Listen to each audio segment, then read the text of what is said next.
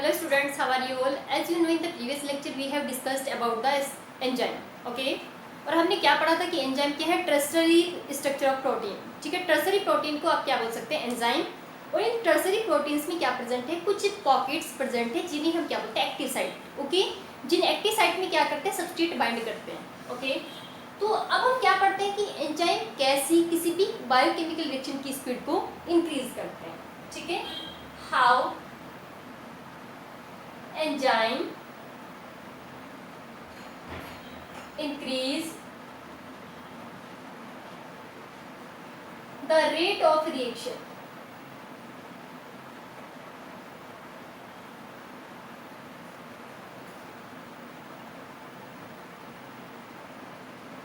Okay बच्चों, ये जो एंजाइम है ये क्या करेंगे?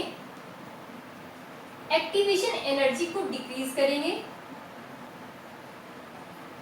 एक्टिवेशन एनर्जी डिक्रीज करते हैं and increase the rate of reaction.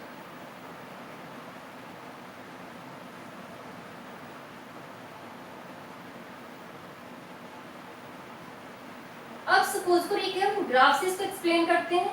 ये क्या है? Potential energy. ठीक है, और बच्चों ये क्या है? Progress of reaction.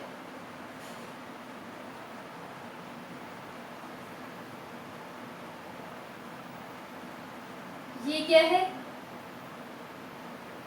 It is a substrate. ये सबस्ट्रेट की क्या है? एनर्जी. ओके, ये क्या है? Substrate energy.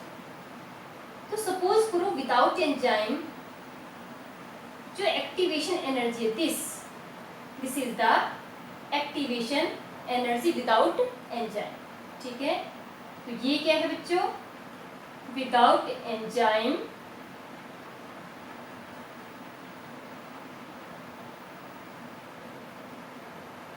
Activation energy.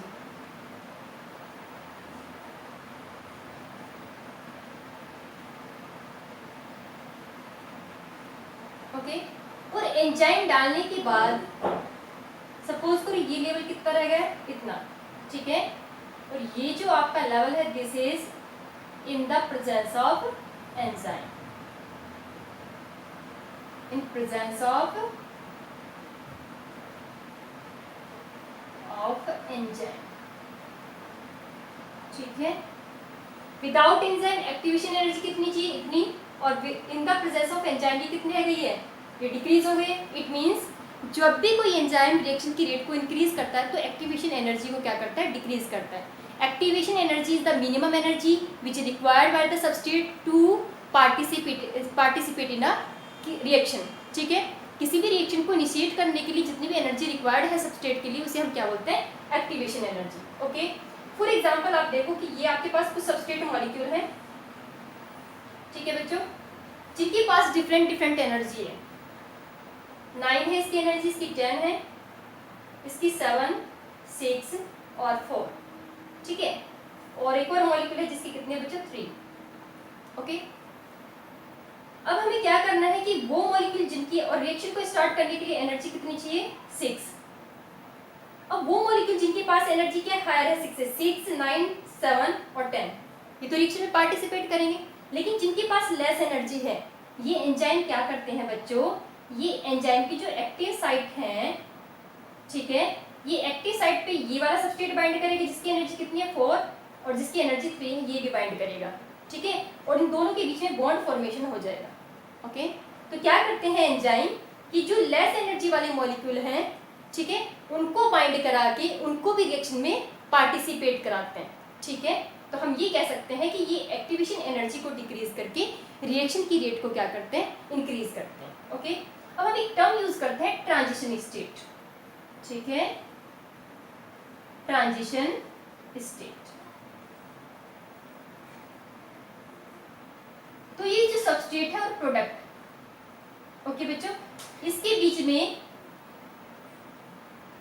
One और मोर देन वन क्या हो सकती है,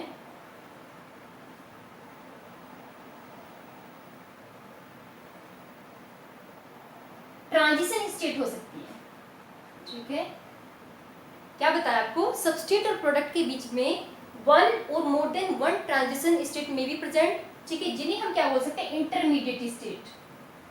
ठीक है, इंटरमीडिएट स्टेट मींस जब एंजाइम के साथ सबस्ट्रेट बाइंड करता है, ओके बच्चों, यहाँ पे क्या है, सबस्ट्रेट है और ये भी क्या है, सबस्ट्रेट। तो जब ये क्या है, एंजाइम, तो जब एंजाइम सबस्ट्रेट के साथ बाइंड करता है ना, तो इसमें क्या होगा कि जो ये स्टेट बनी है जिसमें सबस्ट्रेट और एंजाइम के बीच में क्या है, कुछ बॉन्ड चेंज होने वाले हैं।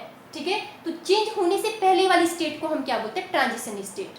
ओके, तो transition state is the intermediate stage, means कि प्रोडक्ट में कन्वर्ट होने से पहले वाली जो स्टेज है, ठीक है, प्रोडक्ट में कन्वर्ट होने से पहले वाली स्टेट को हम क्या बोलते हैं, transition state.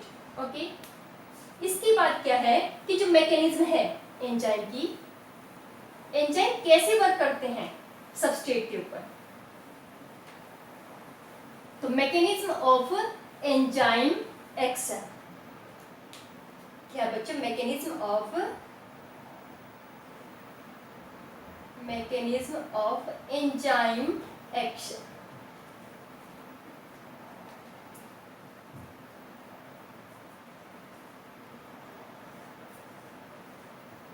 Enzyme plus substrate, okay, दोनों बाइंड करेंगे और क्या बनाएंगे, एंजाइम सबस्ट्रेट कॉम्प्लेक्स। ओके, इसके बाद क्या बनेगा, एंजाइम प्रोडक्ट कॉम्प्लेक्स, और इसके बाद क्या होगा, एंजाइम और प्रोडक्ट दोनों क्या आ जाएंगे, सेपरेट हो जाएंगे, एंजाइम्स बिकम फ्री और प्रोडक्ट क्या होगा, रिलीज हो जाएगा। तो आप क्या कर सकते हो, जो मैकेनिज्म है एंजाइम एक्शन की, उसे हम क्या कर सकते हैं, 4 स्टेप में डिवाइड कर सकते हैं। ठीक है, 4 स्टेप्स में डिवाइड करते हैं। सबसे पहले क्या होगा कि एंजाइम जो सबस्ट्रेट है वो क्या करेगा, बाइंड करेगा on the active site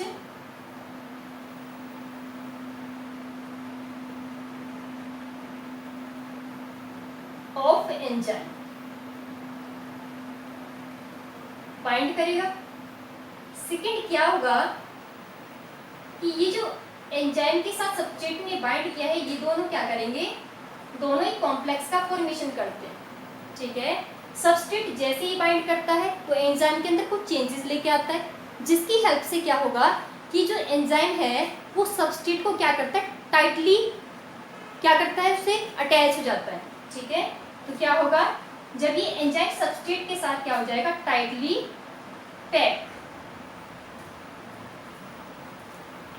pack हो जाएगा, तब आपका क्या बनेगा, एंजाइम सबस्ट्रेट कॉम्प्लेक्स। ओके बच्चों, इसके बाद जो थर्ड स्टेप है, इसमें क्या होगा कि जो सबस्ट्रेट के अंदर कुछ बॉन्ड्स प्रेजेंट हैं, वो बॉन्ड क्या होंगे, ब्रेक डाउन होंगे, ब्रेकिंग ऑफ बॉन्ड ब्रेक होंगे एंड न्यू बॉन्ड क्या होंगे, फॉर्म होंगे, एंड न्यू बॉन्ड फॉर्म, नए बॉन्ड बनेंगे। इट मीन्स आपका क्या बन जाएगा, एंजाइम प्रोडक्ट कॉम्प्लेक्स। ओके, इसकी बाद क्या होगा, एंजाइम और प्रोडक्ट दोनों क्या हो जाएंगे, free, enzyme becomes free and product release।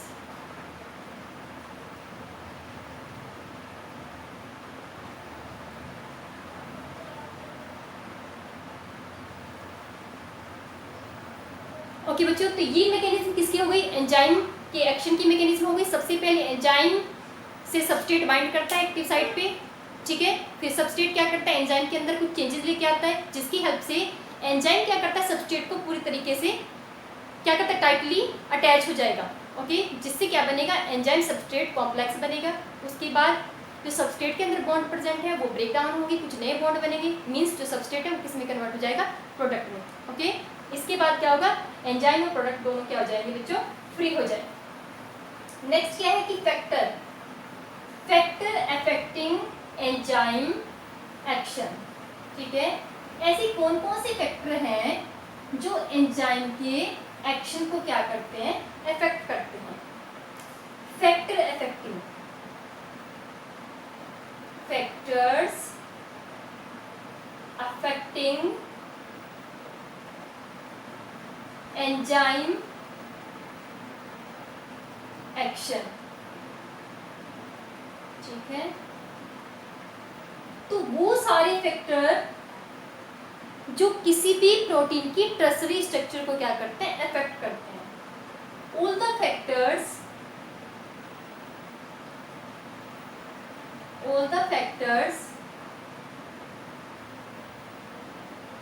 which affect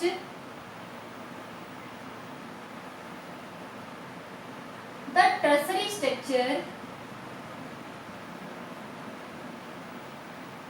structure of protein,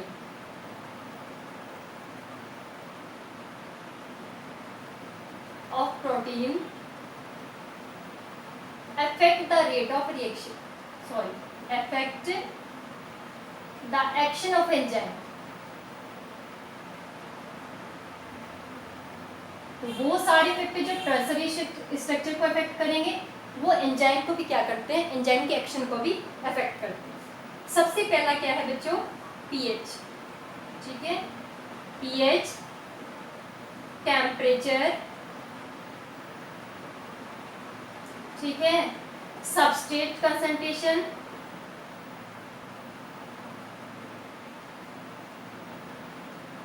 okay, और एक और फैक्टर दैट इज इनहिबिटर, ठीक है, इनहिबिटर। तो ये चारों चीजें ऐसी हैं जो क्या करती हैं, एंजाइम के एक्शन को अफेक्ट करती हैं। सबसे पहले हम डिस्कस करते हैं पीएच को, ठीक है। अभी जो पीएच है बच्चों, ये एंजाइम टू एंजाइम वेरी करती है, ठीक है। पीएच क्या है, pH vary enzyme to enzyme.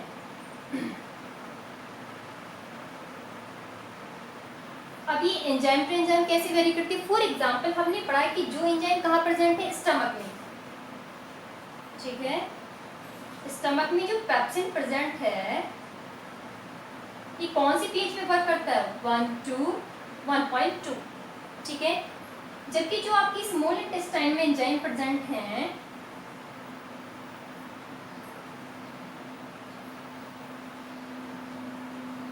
वो कौन सी पीएच पे वर्क करते हैं, ऑन बेसिक पीएच, ठीक है, मीन्स 11 पॉइंट समथिंग, ठीक है। इस पीएच पे क्या करते हैं, वर्क करते हैं, ठीक है। तो हम ये कह सकते हैं कि एंजाइम की जो एक्टिविटी है वो डिफरेंट एंजाइम की क्या है, डिफरेंट पीएच से अफेक्टेड होती है, ओके। तो वो पीएच जिस पे एंजाइम की एक्टिविटी क्या है, लेस है, ओके। तो हम क्या करते हैं, पीएच में और एंजाइम की एक्टिविटी में यदि हम ग्राफ ड्रॉ करते हैं तो आपका ग्राफ कैसे आएगा, ऐसे। ये क्या है, ऑप्टिमम पीएच, ठीक है। इस पीएच को क्या बोलते हैं, ऑप्टिमम पीएच, ओके। तो यदि हम पेप्सिन की बात करें तो इसके लिए ऑप्टिमम पीएच क्या होगी, 1.2। इससे लेस हो तो भी ये इनएक्टिव हो जाएगा और इससे हायर हो तो ये क्या हो जाएगा, डीनेचर्ड, ठीक है। इस पे क्या हो जाएगा, इनएक्टिव, और यहाँ पे क्या हो जाएगा, डीनेचर्ड, ओके बच्चों। सेम टेम्परेचर के लिए है, लेकिन टेम्परेचर के लिए बच्चों क्या है कि टेम्परेचर सारे एंजाइम्स के लिए क्या है, सेम तरीके से सारे एंजाइम्स को अफेक्ट करता है, ठीक है। क्या करेगा, all the enzymes affected by temperature in the same manner, same तरीके से अफेक्ट करता है, क्योंकि जो ऑप्टिमम पीएच है, सॉरी जो ऑप्टिमम टेम्परेचर है वो कितना है एंजाइम के लिए 25 to 40 डिग्री सेल्सियस। ओके, यदि 25 से कम होगा तो एंजाइम क्या हो जाएंगे, इनएक्टिव हो जाएंगे, और यदि 40 से ज़्यादा होगा तो क्या हो जाएंगे, डीनेचर। ठीक है, क्या हो जाएंगे बच्चों, डीनेचर।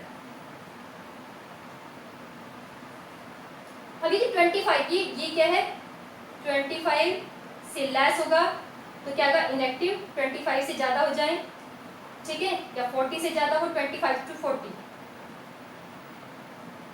तो उससे ज़्यादा होगा तो क्या हो जाएंगे, डीनेचर। ओके बच्चों, तो ये दोनों, ये रेंज क्या है, ये है optimum temperature. Optimum means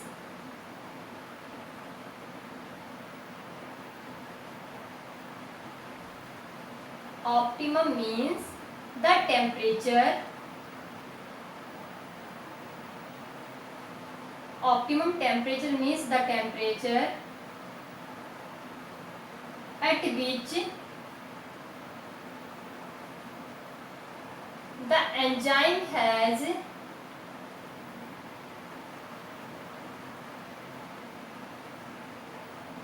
maximum activity। ठीक है, वो टेम्परेचर या वो पीएच जिस पे एंजाइम की एक्टिविटी सबसे हाईएस्ट हो, उसे हम क्या बोलेंगे, ऑप्टिमम पीएच और ऑप्टिमम टेम्परेचर। ठीक है, जो ऑप्टिमम पीएच है वो एंजाइम टू एंजाइम वेरी करती है, जबकि जो ऑप्टिमम टेम्परेचर है वो ऑल द एंजाइम्स के लिए क्या है, सेम है, जो कहाँ पे आएगा, 25 to 40 डिग्री सेल्सियस। और ग्राफ कैसे बनाना आपको, सेम इसी तरीके से बनाना। अब जो हमारा third factor that is substrate concentration. Okay बच्चों, थर्ड फैक्टर हमारा क्या है, सबस्ट्रेट कंसंट्रेशन। ये जो सबस्ट्रेट कंसंट्रेशन है ये कैसे इफेक्ट करती है, एक्चुअली में सपोज करो किसी एंजाइम के पास क्या है, जो एक्टिव साइट्स हैं, क्या है बच्चों, एक्टिव साइट, वो कितनी है, सपोज करो 100 एक्टिव साइट है एंजाइम के पास। ठीक है, तो जब तक आप क्या करोगे, सबस्ट्रेट आपके पास कितना है, सबस्ट्रेट के मॉलिक्यूल कितने हैं, सपोज करो 50 हैं।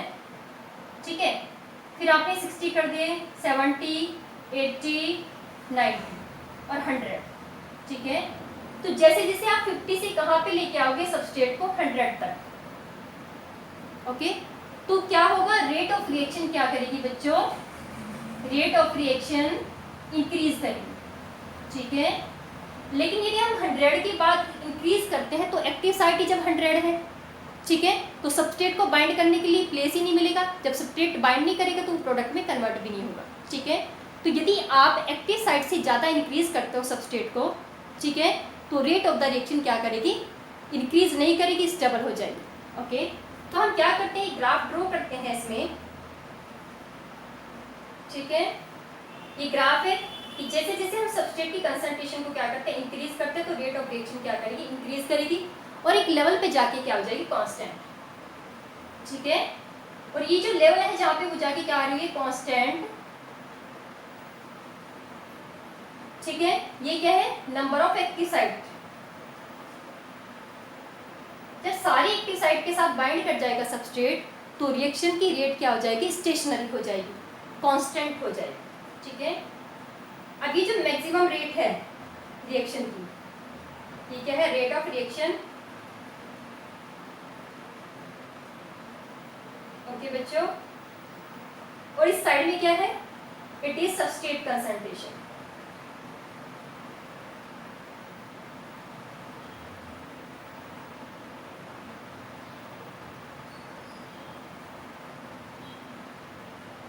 कंसंट्रेशन, तो सपोज करो पहले हमारे पास कितना है, अब हमारे पास कितना बाइंड, कितनी एक्टिव साइट है, 100।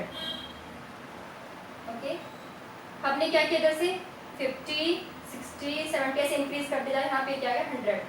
अब यदि हम 100 से ज़्यादा करेंगे, 110 करेंगे, 120, 130, 140, तो आपकी रिएक्शन की रेट क्या रहेगी, सेम।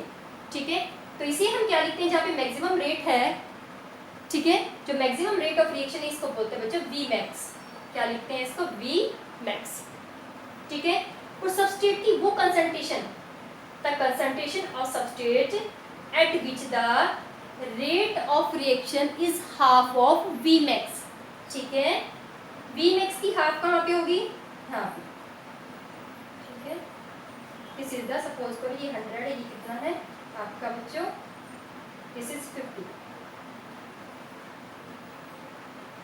ओके, यहाँ पे क्या 50, तो वो सबस्ट्रेट कंसंट्रेशन जिस पे रिएक्शन की रेट वी मैक्स की क्या हो जाए, हाफ, वी मैक्स हाफ। ठीक है, उसी हम क्या बोलते हैं, के एम। के एम क्या है, कांस्टेंट है, K M is constant.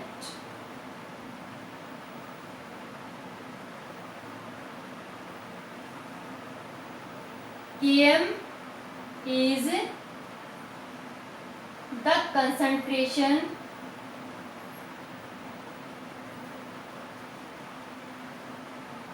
of substrate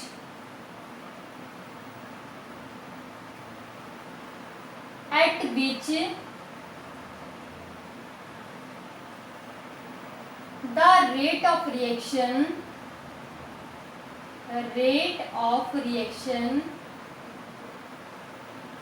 is half of Vmax।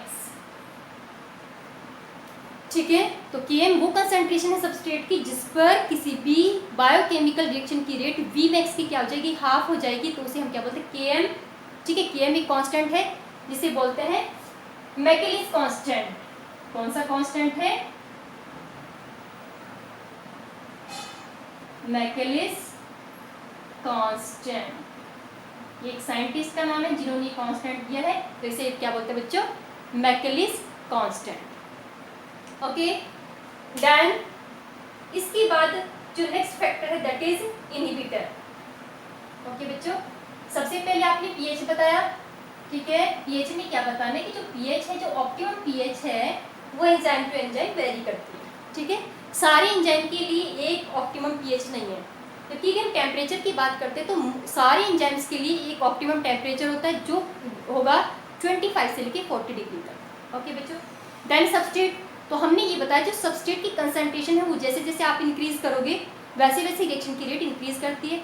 लेकिन कब तक इंक्रीज करेगी, जब तक एंजाइम के ऊपर जितनी भी एक्टिव साइट हैं उन सब पे सबस्ट्रेट बाइंड नहीं करेगा तब तक इंक्रीज करेगी। जब सारी क्या हो जाएंगी, ऑक्यूपाइड हो जाएंगी एक्टिव साइट्स, तो उसके बाद आप सबस्ट्रेट की कंसंट्रेशन को कितना भी बढ़ाते रहेंगे तो आपकी रेट ऑफ रिएक्शन इंक्रीज नहीं होगी। ठीक है, इसके बाद है हमारा लास्ट दैट इज इनहिबिटर। तो ये इनहिबिटर क्या है, कुछ ऐसे केमिकल सब्सटेंस हैं बच्चों जो क्या करते हैं, रिएक्शन की रेट को अफेक्ट करते हैं। ठीक है, तो ये जो इनहिबिटर है कितने टाइप के हो सकते हैं, ये 3 टाइप के हो सकते हैं, कॉम्पिटिटिव,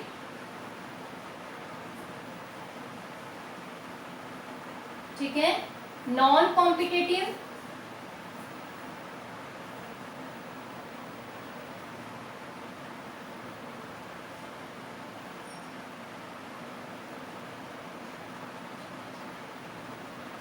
ठीक है,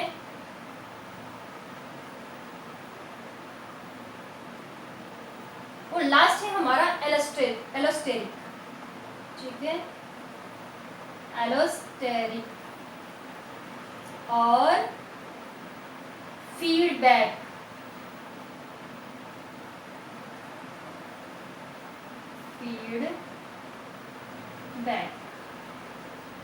मैकेनिज्म।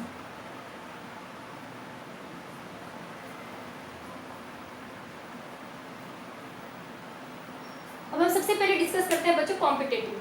जी, कॉम्पिटिटिव इनहिबिटर है, ये क्या करता है, सिमिलरिटी शो करता है विद द सबस्ट्रेट। ओके, इसमें क्या होगा, ये सिमिलर होगा किसके, सबस्ट्रेट के सिमिलर होगा बिल्कुल। ओके, सपोज करो ये आपका एंजाइम है और इस पे क्या है बच्चों, ये एक्टिव साइट्स प्रेजेंट है, ये आपका इनहिबिटर है। ठीक है, इनहिबिटर है ये, और ये बच्चों आपका क्या है, सबस्ट्रेट।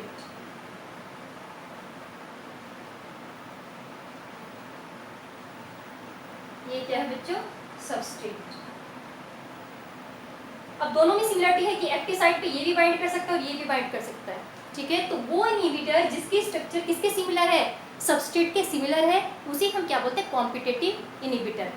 अब सपोज करो एक साइड पे इसने इनहिबिटर ने बाइंड किया, एक पे क्या है सबस्ट्रेट ने बाइंड किया, तो आपकी रिएक्शन की रेट क्या रह जाएगी, हाफ रह जाएगी, तो 50% रह जाएगी, क्योंकि आधी साइड पे किसने बाइंड किया, एक्टिव साइड पे इनहिबिटर ने बाइंड किया, और आधी साइड पे किसने बाइंड किया, सबस्ट्रेट ने बाइंड किया, और सबस्ट्रेट ही किसमें कन्वर्ट होंगे, प्रोडक्ट में। ओके, तो यदि आपकी half of the active side occupied by the inhibitor means आधी साइड पे यदि ये बाइंड करेगा तो आपकी रिएक्शन की रेट कैसी कितनी रह जाएगी, हाफ। ओके, इसके बाद है नॉन कॉम्पिटिटिव इनहिबिटर। अभी जो नॉन कॉम्पिटिटिव इनहिबिटर है इसकी स्ट्रक्चर सबस्ट्रेट से क्या करती है, वेरी बिल्कुल डिफरेंट होती है। ठीक है, ये आपके सबस्ट्रेट है, सपोज करो ये सबस्ट्रेट है और ये भी आपका क्या है बच्चों, सबस्ट्रेट। लेकिन आपका इनहिबिटर की स्ट्रक्चर क्या है, ये क्या है, इनहिबिटर। तो ये एक की साइड तो बाइंड करेगा नहीं, तो वो इनहिबिटर जिसकी स्ट्रक्चर डिफरेंट है किससे, सबस्ट्रेट से, उसे हम क्या बोलते हैं, नॉन कॉम्पिटिटिव इनहिबिटर। अब ये क्या करेगा, इनएक्टिव साइड पे बाइंड ना करके किसी और साइड पे बाइंड करता है। ठीक है, सपोज करो इसने यहाँ पे बाइंड कर लिया, और एंजाइम की जो एक्टिव साइट है उनको क्या करता है, चेंज कर देता है। ठीक है, कैसा बना दिया इसने, इनको चेंज करके, सपोज करो इसने इनको एक्टिव साइट को चेंज करके ऐसे कन्वर्ट कर दिया। ओके, जब एक्टिव साइट चेंज हो जाएगी तो सबस्ट्रेट बाइंड नहीं करेगा, आपकी रेट ऑफ रिएक्शन क्या हो जाएगी, rate of reaction decrease.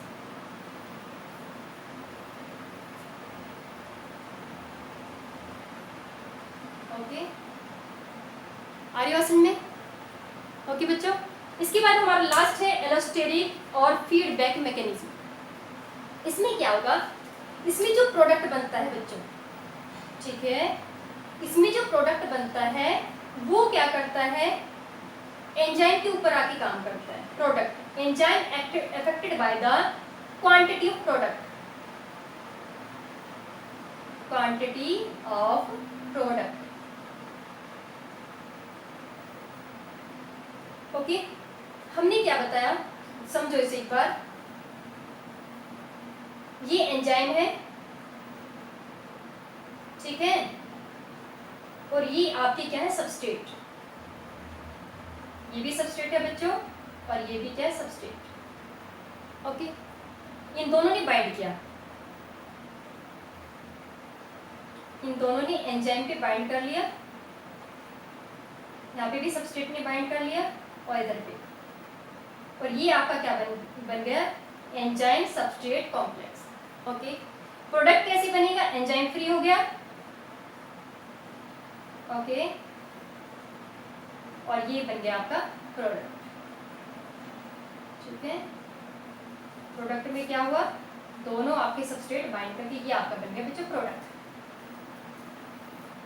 Okay, तो एलोस्टेरिक आपको उसको बोला जब ये प्रोडक्ट क्या करे, ये प्रोडक्ट एंजाइम की एक्टिविटी को अफेक्ट करे। यदि प्रोडक्ट की क्वांटिटी कम है तो ये एंजाइम पे आके काम करे, इसको एक्टिव कर दे। ठीक है, इसकी क्वांटिटी ज़्यादा बढ़ जाए तो फिर ये एंजाइम को क्या कर दे, स्टॉप कर दे। तो इस तरह की जो मैकेनिज्म है जिसमें प्रोडक्ट क्या करता है, एंजाइम की एक्टिविटी को अफेक्ट करता है, that is known as the allosteric inhibition. Okay, तो हमने क्या बताया कि कौन कौन से फैक्टर अफेक्ट करते हैं, पीएच अफेक्ट करते हैं जो एंजाइम टू एंजाइम वेरी करती है, टेम्परेचर अफेक्ट करता है जो क्या है हर एंजाइम के लिए सेम है। इसके बाद सबस्ट्रेट की कंसंट्रेशन, जैसे जैसे हम सबस्ट्रेट की कंसंट्रेशन बढ़ाते जाएंगे तो रेट ऑफ रिएक्शन बढ़ती जाती है, और जब सारी एक्टिव साइट क्या है ऑक्युपाइड हो जाएंगी किससे, सबस्ट्रेट से, तो उसके बाद आप सबस्ट्रेट की कंसंट्रेशन को कितना भी बढ़ा लें तो रेट ऑफ रिएक्शन इंक्रीज नहीं करेगी। ठीक है, इसके बाद इनहिबिटर वो ऐसे कुछ केमिकल सब्सटेंस है जो क्या करते हैं, एंजाइम की एक्टिविटी को अफेक्ट करते हैं। ठीक है, सबसे पहले इनहिबिटर क्या है, कॉम्पिटिटिव जो सबस्ट्रेट से सिमिलर है, नॉन कॉम्पिटिटिव जिसकी कोई स्ट्रक्चर सिमिलरिटी नहीं है। ठीक है, जो एंजाइम पे बाइंड करके उसकी कंफर्मेशन को चेंज करता है। ठीक है, एलोस्टेरिक में क्या है कि यदि प्रोडक्ट क्या करे, एंजाइम की एक्टिविटी को अफेक्ट करे तो उसे हम क्या बोलते हैं, एलोस्टेरिक इनहिबिशन। ओके बच्चों, तो नेक्स्ट लेक्चर जो हमारा होगा उसमें हम पढ़ेंगे types of the enzyme. Okay, thank